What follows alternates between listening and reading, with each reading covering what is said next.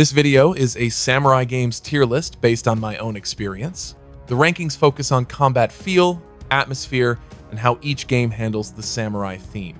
Each tier reflects how well the experience worked for me, so let's dive right in.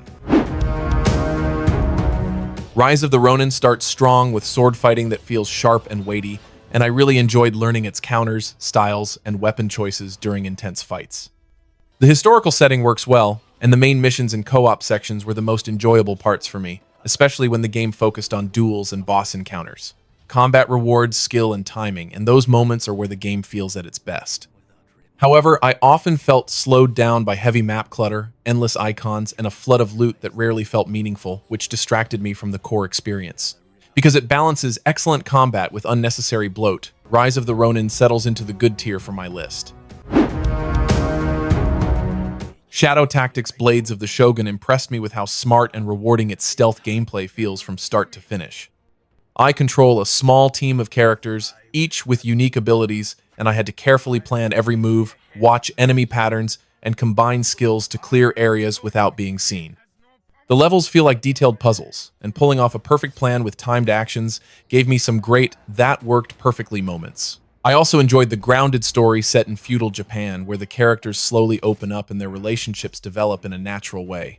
While the camera could be frustrating at times and some sections felt very tough, the strong design, tension, and sense of accomplishment kept me hooked, which is why this game easily earns a spot in the excellent tier on my list.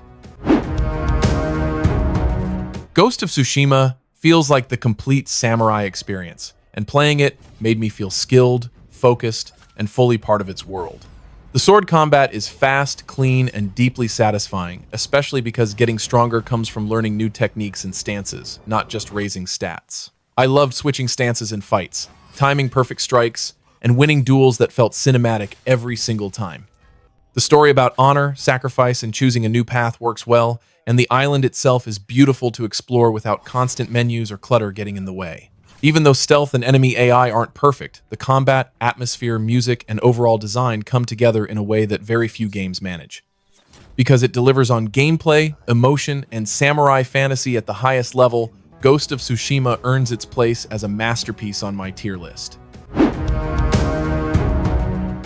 Fate Samurai Remnant gave me a strong story experience set in Edo period Japan, and I really enjoyed how it focuses on the bond between Iori and Saber as they're drawn into the waxing moon ritual. Walking through the city, meeting different servants, and seeing the story unfold felt grounded and fresh for a Fate game, especially because the setting plays such a big role in everything you do. The combat was fine for me, but not the main highlight, since it can feel repetitive and lacks the precision I usually want from sword-focused action. Still, switching fighting styles, using servant abilities, and seeing big moments land together worked well enough to stay engaging. Because the story and setting do most of the heavy lifting while the combat holds it back slightly, Fate Samurai Remnant earns a place in the good tier on my list. Katana Zero stood out to me because of how fast, sharp, and intense its combat feels from the very first level. Every fight is one hit to kill, so I had to think fast, react perfectly, and learn enemy patterns instead of relying on health bars. I loved how time slowing is optional and limited, which pushed me to play better rather than safer, and clearing a room at full speed felt incredibly satisfying. The rewind mechanic made failure feel smart instead of frustrating, and watching a clean run replay at the end of each level never got old. While the story feels unfinished and leaves a lot unanswered, the tight level design, stylish visuals, and non-stop momentum kept me fully engaged. Because its gameplay is focused, confident, and consistently exciting, Katana Zero easily get a spot in the excellent tier for me. Nioh kept me hooked because its combat constantly pushed me to think, adapt, and improve instead of just reacting. Learning how to manage ki, switch stances, and time my attacks made every fight feel tense and rewarding, especially against its tough and creative bosses. I liked how the levels are carefully designed, with shortcuts, secrets, and enemy placements that make exploration feel meaningful rather than random.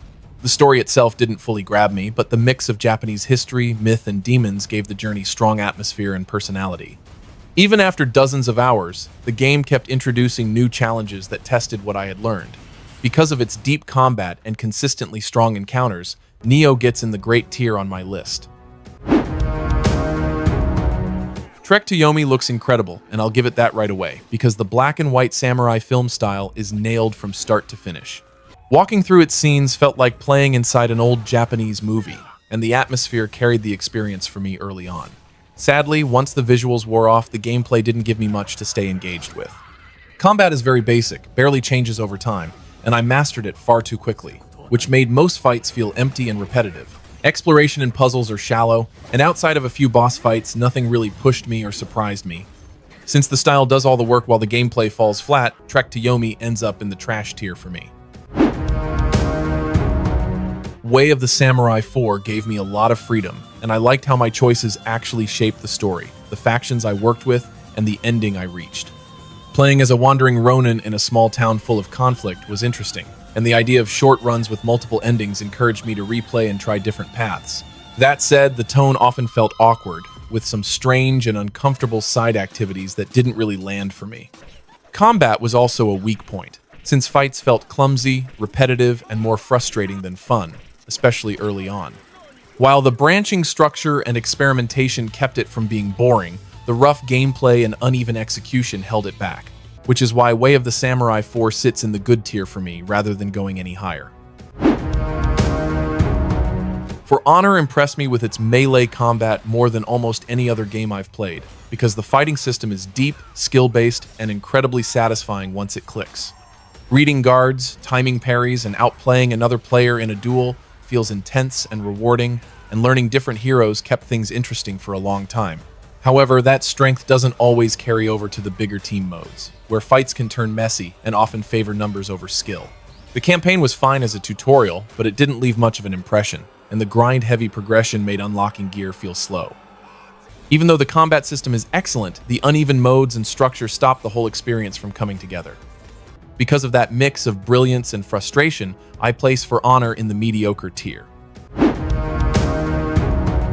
Samurai Warriors 5 is a familiar return to the Musu style, and I enjoyed it most once the game opened up and gave me access to more characters and weapons. Cutting through huge crowds stays fun in short bursts, and the new art style helps the cast stand out more than before.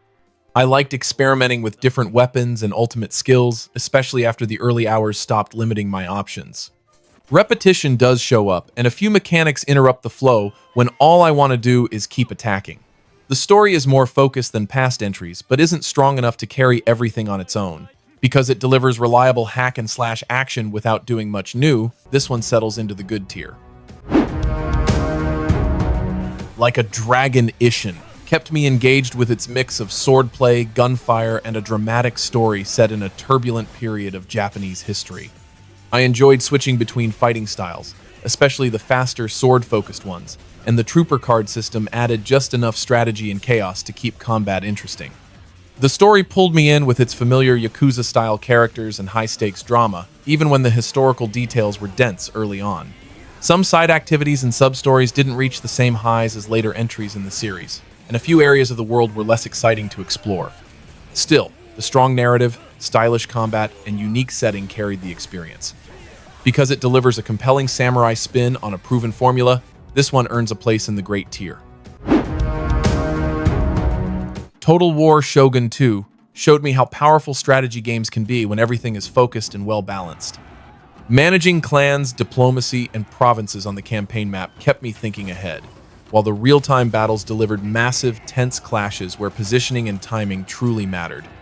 I loved watching armies collide, using terrain to my advantage, and seeing plans succeed or fail based on my decisions rather than luck. The presentation, from the visuals to the music, made every victory feel earned and every loss sting.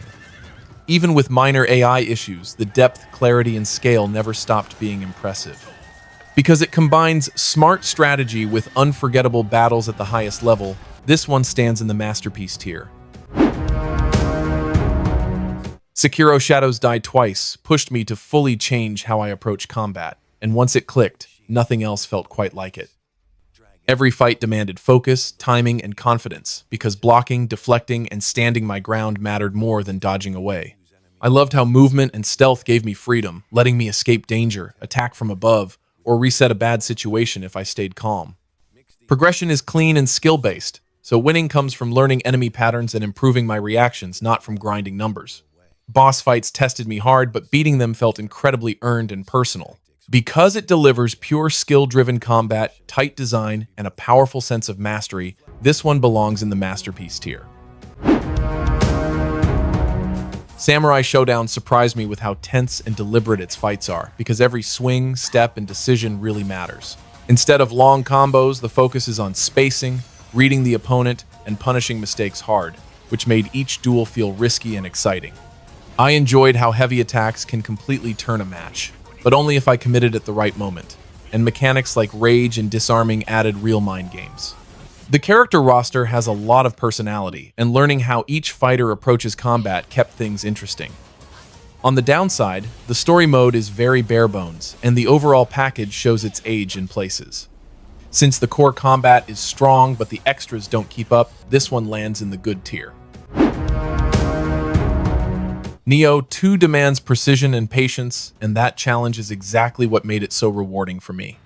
The combat is deep, fast, and intense, with burst counters and yokai abilities turning deadly attacks into clear opportunities if my timing was right.